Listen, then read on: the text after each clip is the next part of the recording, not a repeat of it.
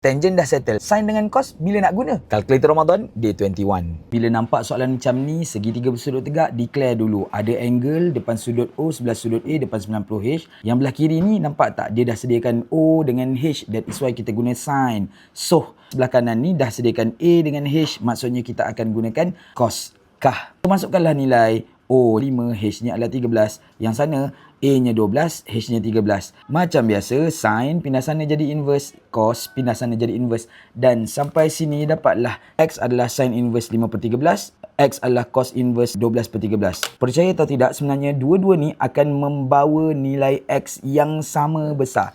Inverse sin 5/13, kita akan dapat jawapan 22.62 juga. Dan yang belah sana pun, kalau kita buat cos inverse 12/13 pun dapat jawapan 22.62. Sama je dua-dua ni sebab dua-dua ni merupakan segitiga bersudut tegak yang sebiji. Settle.